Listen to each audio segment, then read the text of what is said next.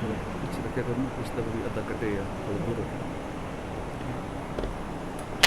Mobile میں۔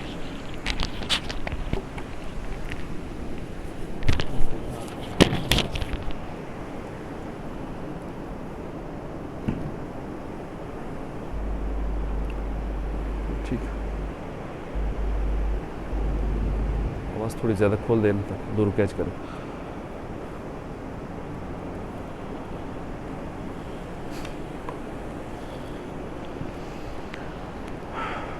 الحمد للہ رب العالمین والصلاة والسلام علی سید المرسلین،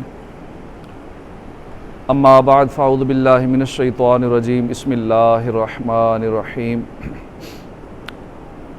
الصلاة والسلام علیک یا رسول اللہ وعلی آلک واصحابک یا حبیب اللہ۔ الصلاة والسلام علیک یا نبی اللہ وعلی آلک واصحابک یا نور اللہ۔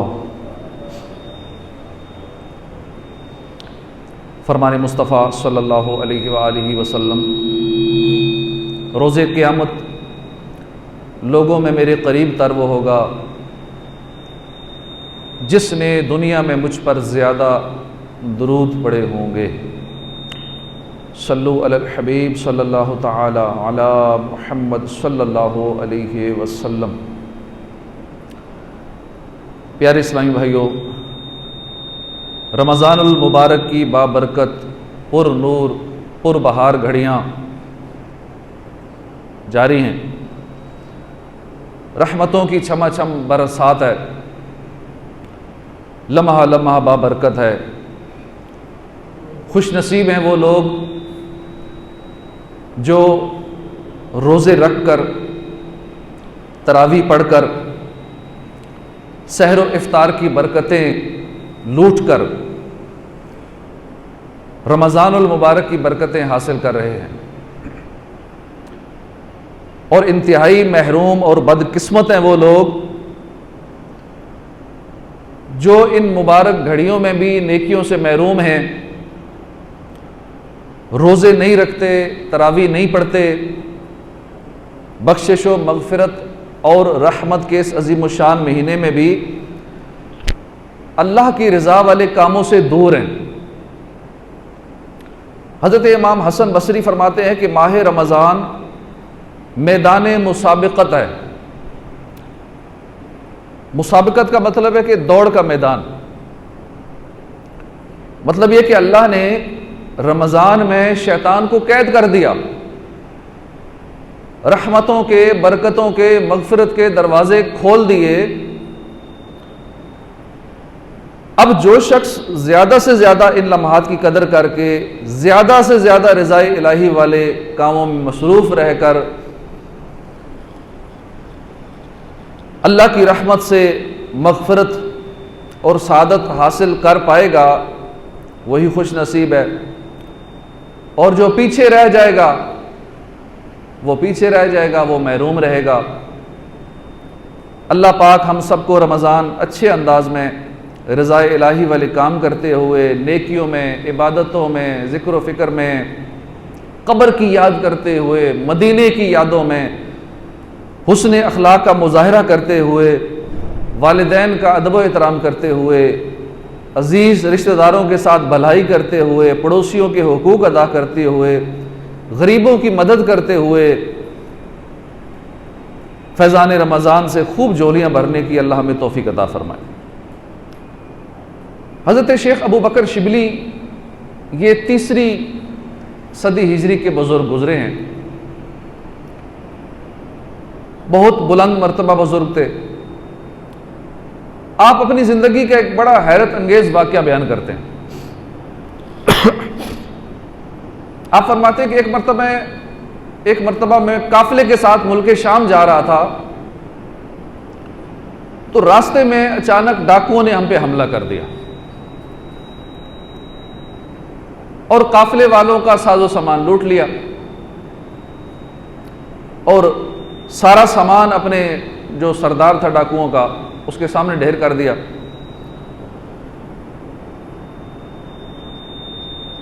وکاس بھائی کو بلائیں نا، سیٹنگ کر دیں نیچے سے. اچھا، ڈاکوؤں نے سارا سامان اپنے سردار کے سامنے رکھا، جانچ پڑتال شروع ہوئی. ایک شخص کے سامان میں، اونٹوں پر سفر ہوتا تھا اس دور میں، اس کے اونٹ پر شکر تھی اور بادام کی تھیلیاں تھیں. سارے ڈاکو مل کر وہ شکر اور بادام کھانے لگے. ڈاکو کا سردار نہیں کھا رہا، باقی سارے کھا رہے تھے. اس نے حیرت سے پوچھا کہ باقی سارے ڈاکو کھا رہے ہیں، تم نہیں کھا رہے؟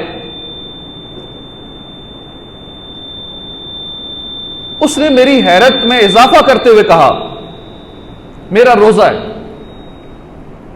بڑی حیرانی کی بات ہے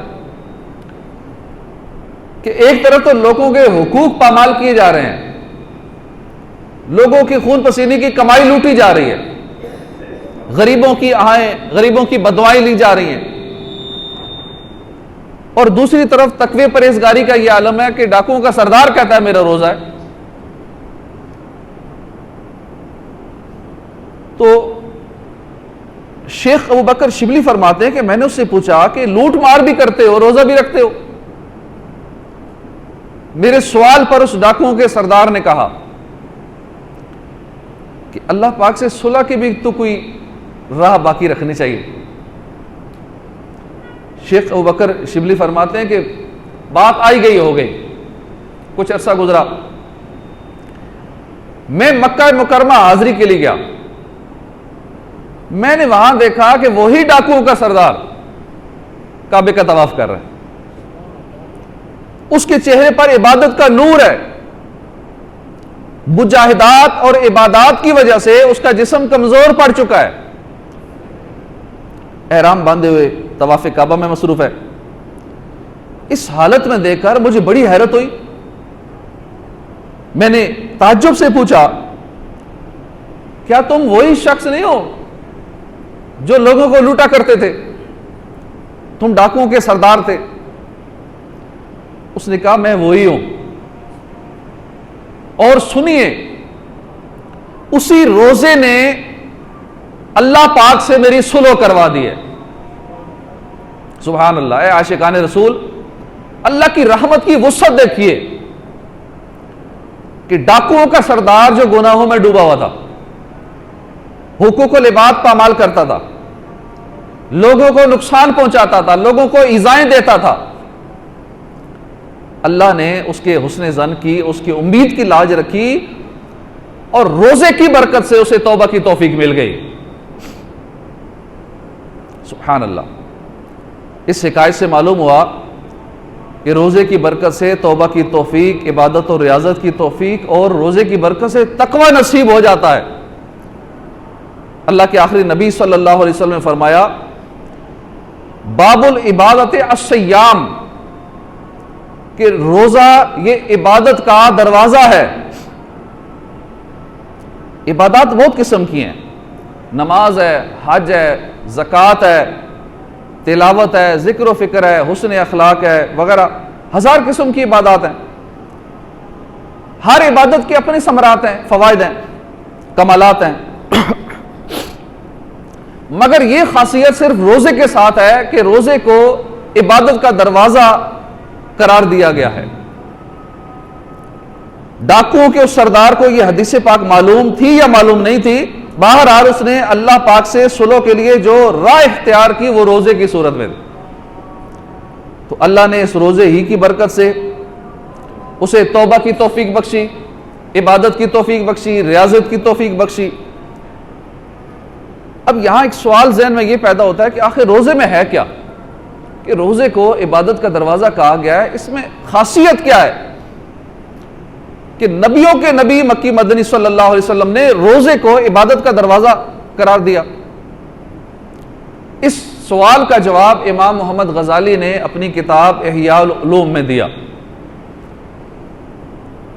آپ نے جو کچھ فرمایا اس کا خلاصہ یہ ہے کہ اصل میں جن وجوہات سے بندہ اللہ سے، عبادت و ریاضت سے، نیک کاموں سے دور ہوتا ہے، ان کی اصل بنیاد شیطان ہے. لیکن شیطان ہے باہر کا دشمن. یہ ڈائریکٹ ہم پہ حملہ نہیں کرتا، اس لیے یہ ہمارے نفس کو بطور جاسوس استعمال کرتا ہے، کیونکہ باہر کا دشمن اسے بندہ محتاط رہتا ہے، لیکن جو اندر کا دشمن ہوتا ہے وہ زیادہ خطرناک ہوتا ہے۔ نفس ہمارے اندر کا دشمن ہے، یہ خواہشات کو سجاتا ہے، پھر شیطان ان خواہشات کے ذریعے اٹیک کرتا ہے۔ اس کو ایک مثال سے یوں سمجھیے کہ جیسے کسی شخص کا ہرا بھرا سرسبز و شاداب لہلاتا ہوا کھیت ہو، اور اس کی ہریالی کو دیکھ کر بھیڑ بکریاں وغیرہ اس طرف آتی ہیں اور کھیت کو خراب کرتی ہیں۔ کھیت کے مالک کو بھیڑ بکریوں وغیرہ کو روکنے کی مشقت اس وقت تک اٹھانی پڑتی ہے جب تک کھیت ہرا بھرا اور سرسبز ہوتا ہے۔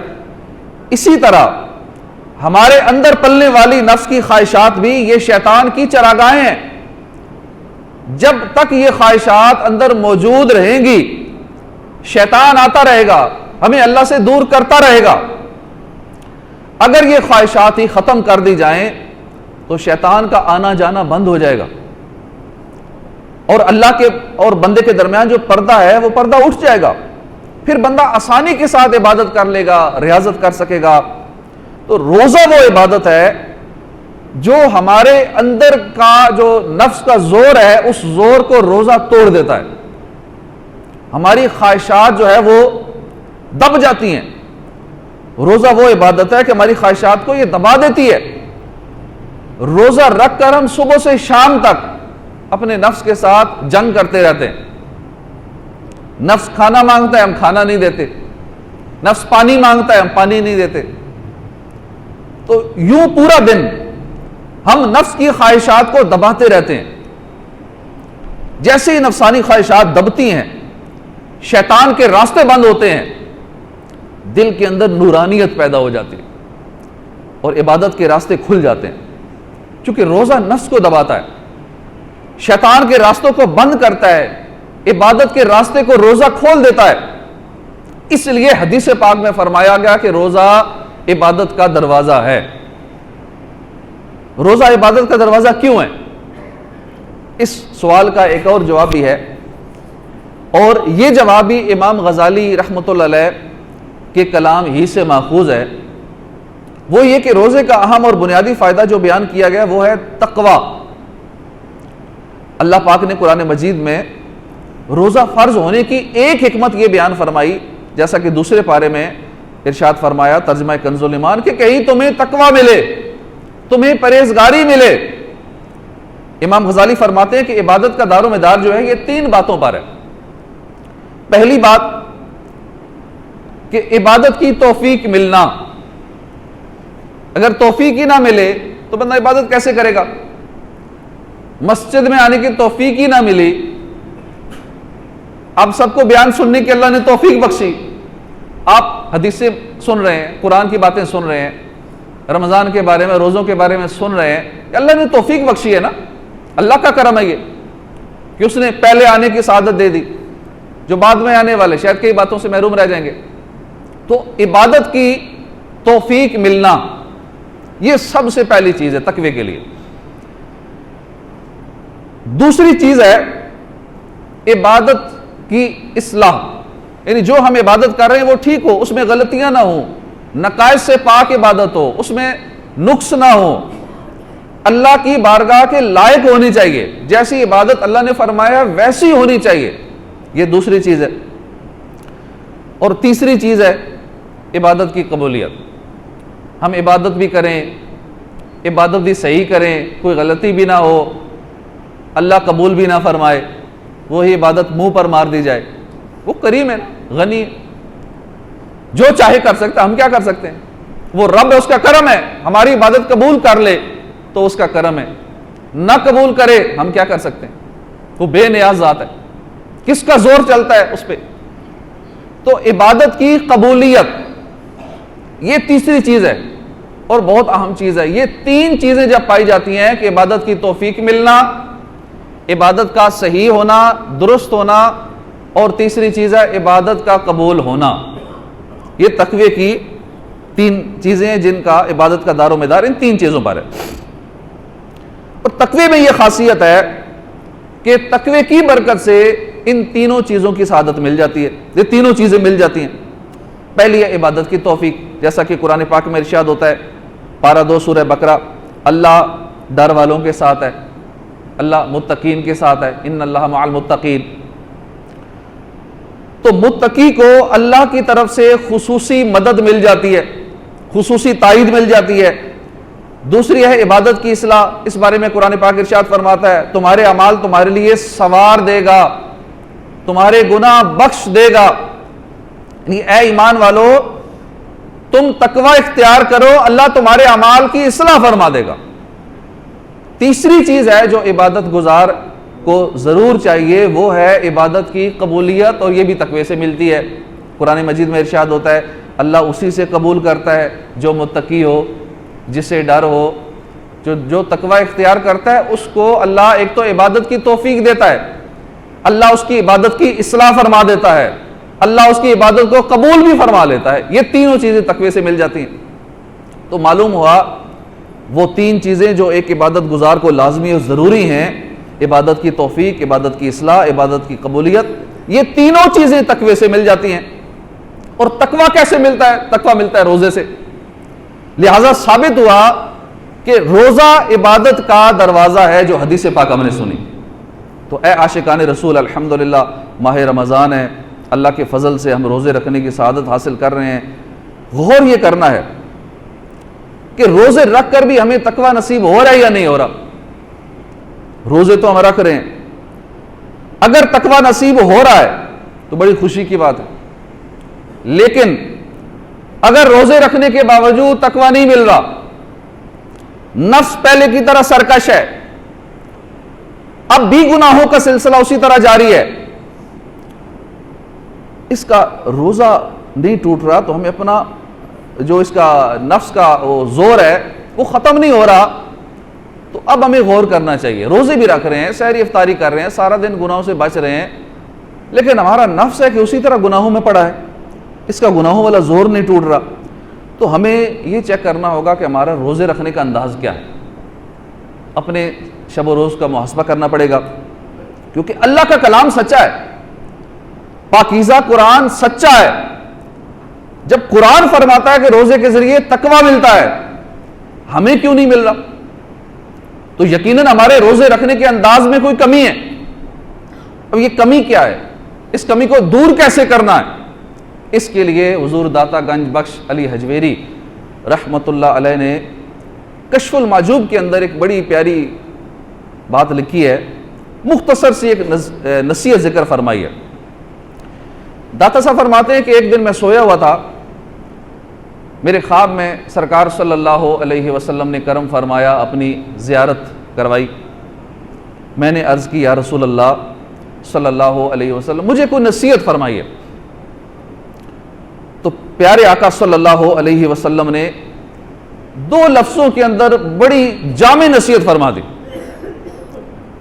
حضور نے فرمایا احبس حواسک، اپنے حواس کو قابو میں رکھو۔ اب کیسی فصاحت و بلاغت کہ 2 لفظوں میں، یعنی کہ سمندر کو کوزے میں بند کر دیا۔ اپنے حواس کو قید کر لو۔ حواس کیا ہیں؟ آنکھیں، کان، زبان، ہاتھ، پاؤں۔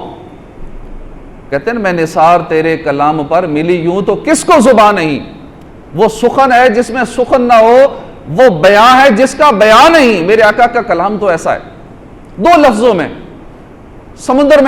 سمندر کو کوزے کے اندر بند کر دیا۔ احبس حواسکم، حواس کو قید کر لو۔ تو اس 2 لفظی نصیحت پر اگر ہم گہری نظر سے غور کریں تو پتہ چلے گا کہ یہ تقوی حاصل کرنے کا بہترین اور اہم طریقہ ہے۔ دیکھیے تقوی اصل میں دل کی ایک کیفیت کا نام ہے۔ امام غزالی نے اپنے استاد محترم کے حوالے سے تقوی کی یہ تعریف لکھی ہے کہ تنزیہ القلب من الذنب، دل کو گناہوں سے دور کر دینا۔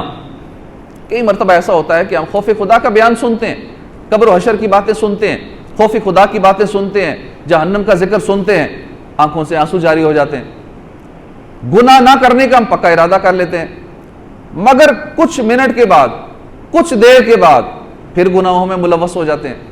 اس کی وجہ کیا ہے؟ وجہ یہ ہے کہ ہمارا دل گناہوں سے دور نہیں ہوتا۔ وقتی آنسو نکلتے ہیں، وقتی یہ ساری کیفیات ہوتی ہیں، لیکن دل گناہوں سے دور نہیں ہوتا۔ دل میں گناہوں کی نفرت پیدا نہیں ہوتی۔ تو جب دل گناہوں سے دور ہو جائے، دل میں گناہوں سے نفرت پیدا ہو جائے، تو پھر نفس گناہ کی خواہش کرے بھی تو دل اس خواہش کو ٹھکرا دے گا کہ نہیں کرنا، گناہ کا موقع بھی ملے گا اسے ٹھکرا دے گا، میں نے گناہ نہیں کرنا۔ تو اللہ پاک ہمیں تقوی نصیب فرمائے۔ تو معلوم ہوا کہ جو تقوی ہے نا، یہ اصل دل کی کیفیت کا نام ہے۔ مگر یہ دل کی کیفیت بنے گی کیسی؟ اس کی مثال یوں سمجھیے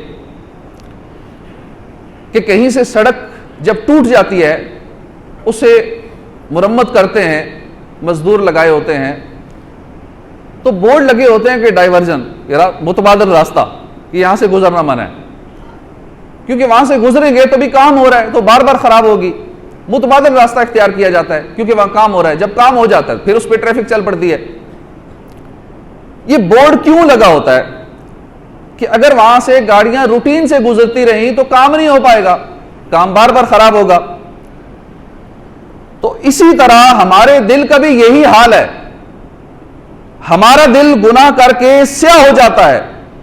اب رمضان آیا، ہم نے روزے رکھنا شروع کیے، گویا ہم نے دل کی صفائی شروع کر دی، کاریگر لگا دیے، بھوک والا کاریگر لگا دیا، پیاس والا کاریگر لگا دیا، گویا دل کی صفائی ہو رہی ہے۔ یہ سارے کاریگر ہیں جو ہمارے اندر کام کر رہے ہیں تاکہ ہمارے دل کی صفائی ہو جائے۔ لیکن اگر ہم نے کاریگر تو لگائے ہوئے ہیں لیکن ہم نے دل کے راستے بند نہیں کیے، دل میں ٹریفک چل رہی ہے، آنکھوں کے ذریعے گناہوں کا سلسلہ ہو رہا ہے، کانوں کے ذریعے گناہوں کی ٹریفک چل رہی ہے، زبان کے ذریعے گناہوں والا سلسلہ چل رہا ہے، ٹریفک چل رہی ہے، دل کی صفائی نہیں ہوگی۔ صفائی ہو رہی ہے، بار بار وہ روڈ ٹوٹ جائے گا، بار بار اس میں خرابی پیدا ہو جائے گی۔ اس لیے جب تک دل کے راستے بند نہیں کریں گے تب تک قلب کی صفائی نہیں ہوگی۔ دل کے راستے بند کرنے پڑیں گے۔ اب وہ دل کے راستے کیا ہیں؟ میرے آقا صلی اللہ علیہ وسلم نے حضور داتا علی حجویری کو جو نصیحت فرمائی، احبس حواسک، اپنے حواس کو قید کر لو، تو معلوم ہوا کہ پیٹ شرمگاہ کا روزہ رکھ کر روزے کا فرض تو ادا ہو جائے گا، لیکن جب تک ہم اپنے حواس کو، اپنی آنکھ کو، کان کو، زبان کو، ہاتھ پاؤں کو، ان کو نہیں کنٹرول کریں گے، مکمل صفائی نہیں ہو پائے گی۔ جب صفائی نہیں ہوگی دل نہیں چمکے گا، اور دل نہ چمکا گناہوں سے نفرت پیدا نہیں ہوگی، اور اگر گناہوں سے نفرت پیدا نہ ہوئی تو تقویٰ نہیں ملے گا، اور تقویٰ نہ ملا تو عید کا چاند نظر آتی شیطان تو آزاد ہو جاتا ہے، وہ قید سے آزاد ہو جاتا ہے، پھر ویسے سے گناہ کرواتا ہے کہ الامان والا فیس۔ تو اے عاشقان رسول، خالی پیٹ کا نہیں، اپنے حواس کا بھی روزہ رکھیے، اپنے اعضاء کا بھی روزہ رکھیے، آنکھوں کا بھی روزہ رکھیے۔ ہمارے آقا صلی اللہ علیہ وسلم فرماتے ہیں، عورت کے محاسن کو، یعنی عورت کے حسن و جمال کی طرف دیکھنا، یہ شیطان کے بجھے ہوئے تیروں میں سے ایک تیر ہے۔ جو اپنی آنکھ کو عورت کے محاسن سے پھیر لے، اللہ پاک اسے عبادت کی لذت عطا فرمائے گا۔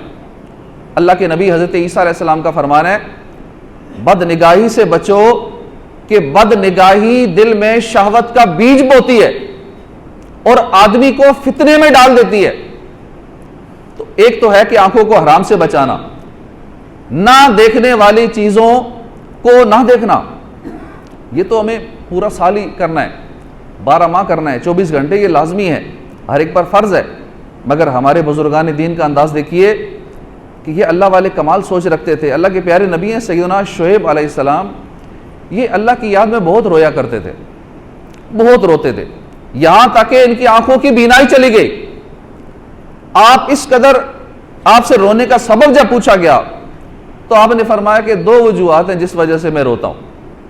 اس ڈر سے روتا ہوں کہ کہیں ایسی چیز پر میری نظر نہ پڑ جائے جس کو اللہ نے منع کیا ہے دیکھنا، اس لیے روتا ہوں۔ اور دوسری وجہ رونے کی یہ ہے کہ میں یہ چاہتا ہوں کہ بروز قیامت میں صرف اللہ کا دیدار کروں، کہ جو آنکھیں روز قیامت اللہ کا جلوہ دیکھنا چاہتی ہیں، میں نہیں چاہتا وہ کسی اور کو دیکھیں۔ آپ 60 سال تک دنیا میں رہے اس کے بعد، لیکن کسی نے نہیں دیکھا کہ آپ نے کبھی نظر اٹھائی ہو۔ اس لیے ہمیں بھی چاہیے کہ ہم گفتگو کرتے ہوئے سنت پر عمل کی نیت سے اپنی نگاہوں کو نیچے رکھیں، جتنا ہو سکے۔ اکیلے بیٹھے ہیں تو بھی نگاہیں نیچے رکھ کے بیٹھیں، کسی سے بات چیت کر رہے ہیں، سنت یہ ہے کہ بات کرتے ہوئے نگاہیں نیچے رکھ کے بات کی جائے۔ نگاہیں نیچی رکھنے کی عادت بن جائے گی تو گناہوں سے بچنا آسان ہو جائے گا، ورنہ جب یہ نظر اٹھتی ہے تو پھر حرام پہ بھی جا پڑتی ہے، جو نہیں دیکھنا پھر وہ بھی دیکھتی ہے، پھر سوشل میڈیا پہ طرح طرح کے گناہوں کا سلسلہ بھی یہ آنکھ دیکھتی ہے۔ تو اللہ پاک ہمیں گناہوں سے بچائے، اور جب تک گناہوں سے نہیں بچیں گے ہمیں تقویٰ نہیں ملے گا، ہمارا دل پاک نہیں ہوگا، دل صاف نہیں ہوگا۔ یہ حقیقت میں آنکھ کا روزہ ہے، مگر ہم گناہگار ایسا روزہ تو کیا رکھیں گے؟ صرف آنکھوں کو ناجائز چیزیں دیکھنے ہی سے بچا لیں تو بڑی بات ہے۔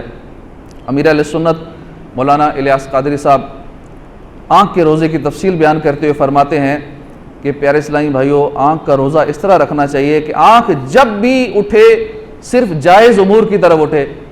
آنکھ سے مسجد دیکھیے، آنکھ سے قرآن کی زیارت کیجئے، مزارات اولیاء کی زیارت کیجئے، علماء اور مشائخ کی نیک لوگوں کی زیارت کیجئے، اللہ اگر دکھائے تو کعبہ مشرفہ کا دیدار کیجئے، مکہ مکرمہ کی مہکی مہکی گلیاں دیکھیے، وہاں کے وادی اور کوثار دیکھیے، مدینہ منورہ کے در و دیوار ان آنکھوں سے دیکھیے، ان آنکھوں سے سبز سبز گنبد اور مینار دیکھیے، میٹھے مدینے کے صحرا و گلزار دیکھیے، ان آنکھوں سے سنہری جالیوں کے انوار دیکھیے، جنت کی پیاری پیاری کیاری کی بہار دیکھیے۔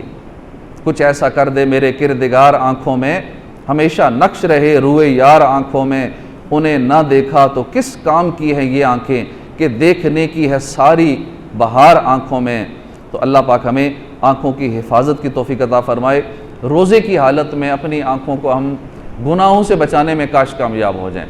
اسی طرح کانوں کا روزہ، اسی طرح زبان کا روزہ، دل کا روزہ، اپنے سارے اعضاء کو گناہوں سے بچانا ہے، اپنے سارے اعضاء کو گناہوں سے بچاتے ہوئے یہ رمضان کا مہینہ گزارنا ہے، پھر رمضان کے بعد بھی گناہوں سے بچانا ہے، کیونکہ گناہ سے بچنا تو ساری زندگی ضروری ہے نا، اور یہ ہمارا ٹریننگ پیریڈ ہے۔